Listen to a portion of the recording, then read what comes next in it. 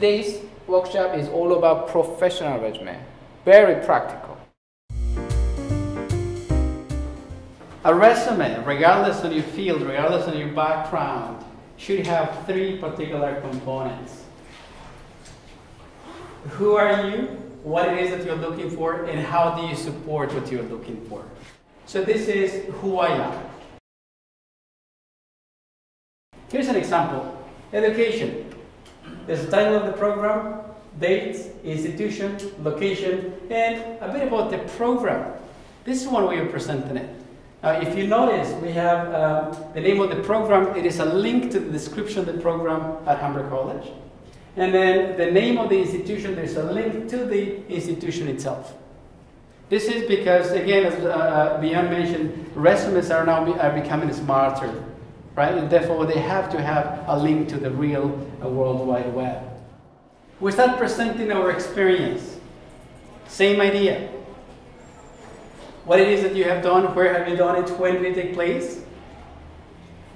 There's a job title, there's an employer, there is a city, and there is a date. This has to be throughout the history. Who am I? Why should employers look at my resume, and where can they learn more about me? That's one of the components. What is it that I'm offering in terms of education, in terms of experience? Then you can add other sections, such as volunteers, such as interests, such as accomplishments. There are quite a few sections from which you can extract information and place it in the same order. This is how it would look in a page. I understood, okay, this is me, and this is how you can find or learn more about me through social media. If possible, bring it up. I moved on and created this particular area because that's what I know so far. That's what I'm really good at, because it is information that is readily available in one way or another. Write it down. Once we have done this, summarize it and put it up front. This could be a 2-page resume, it could be a 3-page resume, which in some cases, if the experience is there, employers are keen in accepting those documents. Creating a resume that gets noticed today requires a bit of planning. Understand who are you, but not from within you, not from within the box. You have to think outside the box and say, wait a second, what is it that I want employers to know about me, and how can they find more information about me? Put it all together, bring it out of you, put it on paper. Start summarizing your education, which is easily for you because that's what you're doing right now. Then go back, write your experience as it relates to what you're looking for, summarize it, put it on 1 page, 2 pages, and you have yourself a resume. I've done today, instead of just rhyming off, because I can stand here probably for an hour and rhyme off things you shouldn't do, but what I want to do is just take you through some of the examples. But some of the bigger ones that we see a lot right now are from international students. We see a lot of resumes with pictures, birth dates, you know, very personal information, marital status, all of that kind of stuff, and that we don't require on sort of North American Canadian resumes. The way they can get to know you is, like Freddie said, through any of your social media. If you post it on your resume, they can go there and they can, you know, they can see a picture of you on LinkedIn. They can read about your, you know, your schoolwork on LinkedIn. Those kind of things are what employers will go to, but they do not require the personal information. So here you can see this is sort of an email cover letter. But here, when they worked at Future Shop and Bust Buy. So when you talk about paying attention to detail, we all know this is Best Buy, not Bust Buy. But again, if I'm an employer and I can have anywhere from 1 to hundreds of resumes on my desk.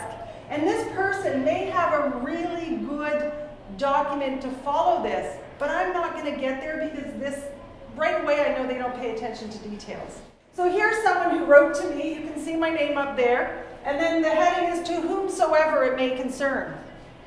So why take the time to identify who you're writing a letter to, your cover letter, but then not match it up to who you're actually you're writing it to, right? So here's their objective.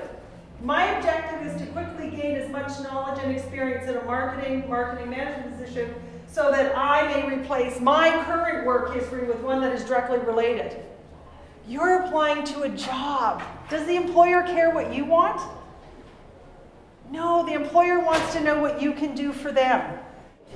Remember, if I have 100 resumes, which is not even a drop these days, we're hearing, you know, good jobs getting up to 500 resumes. That's pretty significant. You have any of this going on in your resume, that's a great reason to drop down by one. Bring it to the Career Center, have someone read it over. Take it to the Writing Center, have someone read it over. Have your friends, have your family just read it, because you can't afford to have one of those mistakes, because you will be put out of the running for that particular position. Okay? Website didn't know. They're waiting to hear how, then they will. Okay. LinkedIn is somebody's mentioned about LinkedIn. Somebody goes to LinkedIn directly and they're looking for a job. That's good. Any other website? Indeed. Indeed, yeah. Any other website? Huh? Glassdoor. Glassdoor, okay. Anything else? The City of Toronto. City of Toronto website. That's great. Very local based, yeah. Charity Village. Charity Village, which is a non-profit organization, non-profit service job, is all in the Charity Village. So you probably know a few of those websites really well, right? So there's nothing wrong with it. But guess what? These are jobs available for what? For everybody.